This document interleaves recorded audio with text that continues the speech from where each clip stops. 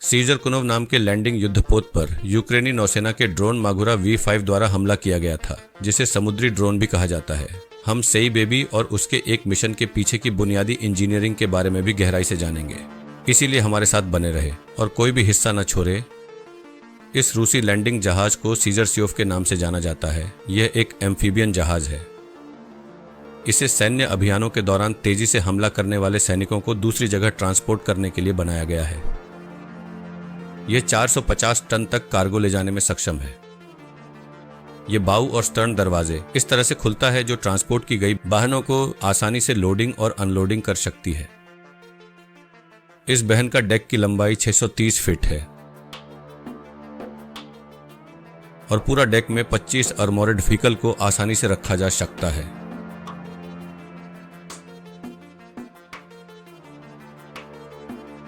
मागुरा V5 एक multipurpose से मानव रहित बोट है। इसका उद्घाटन पिछले साल किया गया था। इसकी स्पीड 42 कनोट्स यानी 80 किलोमीटर पर आवर है और यह 700 पाउंड पाए लोड लेकर यह 50 मील पर ओवर तैर सकती है। यह खोबिया मागुरा V5 को एक दुर्जय संपत्ति बनाता है। लगभग 800 किमी तक फैली इसकी आश्चर्यजनक रेंज, जो इस ड्रोन को दूसरों ड्रोन से अलग करता है। यह व्यापक पहुंच इसे स्वायत्त रूप, प्रभावी ढंग से निगरानी और हमले की क्षमता प्रदान करने वाले बड़े समुद्री क्षेत्रों में गश्त करने की अनुमति देती है। इसके अलावा मागुरा V5 300 किलोग्राम वजन की वॉरहेड ले जाने में सक्षम है।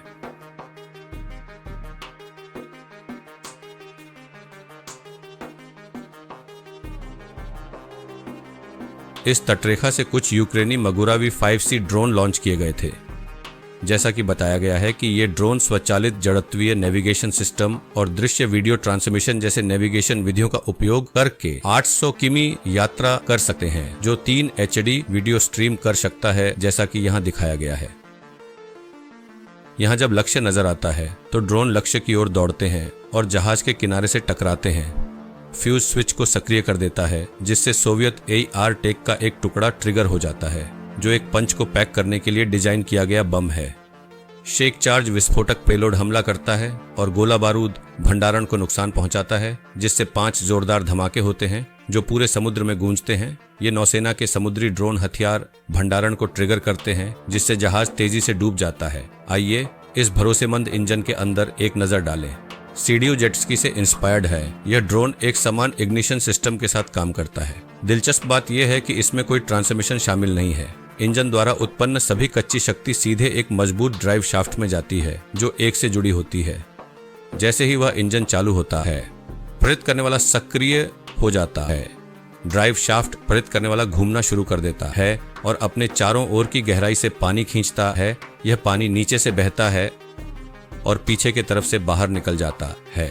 इस जेट जैसे जल प्रवाह द्वारा उत्पन्न बल से ड्रोन आगे बढ़ता है। यह ऐसा है जैसे जब यह जेट स्की है आगे बढ़ती है।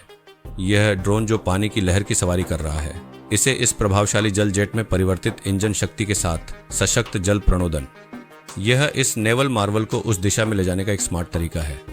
इस पुराने ड्रोन में एक संचार एंटीना है जो यहाँ स्थित है और इसके अंदर स्लीप कवर के नीचे छिपा हुआ स्टारलिंक उपकरण है। ये छोटे पोर्टल ड्रोन के आंतरिक कामकाज के लिए गुप्त दरवाजे की तरह है। लेकिन रुकिए, ऊपर और भी बहुत कुछ है। वहां बड़ा खिलाड़ी है, मुख्य एक्सेस हैच। यह हैच इंजन सहित सभी महत्वपूर्ण घटकों की नियंत्रण रखता है। यह इलेक्ट्रो ऑप्टिक आईकैल डिवाइस है, जिसमें कुछ इंफ्रारेड इमेजिंग क्षमताएं हैं। इसके लेंस के माध्यम से दुनिया को देखने की कल्पना करें। यह वॉरहेड एक बैकस्टोरी के रूप में है। यह फैब 100, फैब 250 बमों के संभावित उपयोग पर संकेत देता है। विस्फोटक पेलोड के रूप में यह धनुष पर स्थित इन 2 फ्यूज ऑब्जेक्ट्स द्वारा ट्रिगर होता है। ये ऑब्जेक्ट जो सोवियत काल के प्रभाव फ्यूज से मिलते जुलते हैं, यह ड्रोन के मिशन को सक्रिय करने में महत्वपूर्ण भूमिका निभाते हैं। यह नौसैनिक समुद्री ड्रोन का वजन 1000 किलोग्राम तक होता है। यह नौसेना ड्रोन 900 किमी तक की विस्तारित रेंज क्षमता 450 किमी तक है। हालांकि यह छोटा दिखता है, इसमें 200 तक का पेलोड होता है। ये ड्रोन 80 किमी प्रति घंटे की अधिकतम गति से पानी में तैर सकता है और अपने उद्देश्य को सटीक रूप से बनाए रखने के लिए जीएनएस जड़त्वीय सेंसर और दृश्य संकेतों के संयोजन का उपयोग करता है। आइए एक नजर डालते हैं ये कैसे काम करता है। पहले चरण में हैच खुलता है और गहराई से पानी बाहर निकालता है, लेकिन इतना ही नहीं, यह पानी नीचे से बहने वाला एक अच्छी तरह से डिजाइन किया गया मार्ग लेता है और कुशलता से पिछले चरण के माध्यम से बाहर निकलता है। जैसे ही नौसेना ड्रोन अपना पहला कदम उठाता है, चरण 3 ऑपरेटर को महत्वपूर्ण मार्गदर्शन प्रदान करने में मदद करता है। ये अत्याधुनिक नौसेना ड्रोन अकेले यात्रा नहीं करते हैं। एक ऑपरेशन में 6 से 7 नौसेना ड्रोन का एक स्क्वाड्रन शामिल होता है। चरण 4 जहां ऑपरेटर रिंग्स लेता है। ड्रोन का मार्गदर्शन करना कोई आसान काम नहीं है और ये सब वीडियो फीड के माध्यम से किया जाता है। ऑपरेटर ड्रोन की आंखें और कान बन जाता है। ये सुनिश्चित करता है कि जब लक्ष्य दिखाई दे रहा तो वह अपने रास्ते पर बना रहे। ऑन ऑपरेटर थ्रॉटल को कोलोसल पर केंद्रित अधिकतम लेजर तक धकेलता है। चरण 5 कल्पना करें कि ड्रोन जहाज के पतवार पर हमला कर रहा है। पिन पॉइंट सटीकता फ्यूज स्विच को सक्रिय करता है। सोवियत एरोटेक के एक टुकड़े को ट्रिगर करता है। यह विस्फोटक पेलोड $675 मिलियन के इस रूसी जहाज को नुकसान पहुंचाने के लिए तैयार है। आइए एक नजर डालते हैं वे किसी एक मिशन को कैसे अंजाम देते हैं। संभावित दुश्मन गोताखोरों की रक्षा के लिए नेट्स, पोंटून और बाधाओं सहित सुरक्षा उपायों का एक शस्त्रागार बनकर रखता है। 7 समुद्री नौसेना ड्रोन एक समन्वित इकाई के रूप में रवाना होते हैं जो उन सुरक्षा को तोड़ने में कामयाब रहे जिन्हें कभी अभेद्य माना जाता था। यह अवधारणा चारों ओर घूमती है। उनमें से केवल 2 को निर्धारित लक्ष्य तक सफलतापूर्वक पहुंचना चाहिए। जहाज की क्षति पहुंचाने की क्षमता का एहसास हो गया होगा क्योंकि ड्रोन ने अपने मिशन को सटीकता के साथ निष्पादित किया। उनके कार्यों के प्रभाव ने पूरे समुद्री बंदरगाह पर एक बड़ी ध्वनि पैदा की। ये दूसरे पक्ष पर एक मनोवैज्ञानिक प्रभाव पैदा करता है। आइए इस संरचना पर एक नजर डालें जिसे 227 मीटर तक फैले क्रीमिया पुल के रूप में जाना जाता है।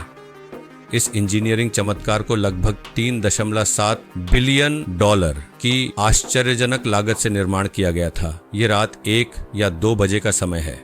अज्ञात स्थानों से 2 नौसेना ड्रोन एक विचित्र नाम सी बेबी के साथ उद्देश्य के केंद्र ब्रिज पर आक्रमण करने की तैयारी कर रहे हैं। 2 ड्रोन गलती से सड़क पुल के लक्ष्य स्तंभों से टकरा गए। टकराव एक शानदार प्रभाव पैदा करता है जिससे एक गंभीर खरोंच आ जाती है और परिवहन में थोड़ी देर के लिए व्यवधान उत्पन्न होता है। इस प्रकार के हमले से दूसरे पक्ष पर मनोवैज्ञानिक भय की भावना पैदा होती है, जिसके परिणाम स्वरूप पुल की सुरक्षा के लिए संसाधनों पर अधिक दबाव पड़ता है।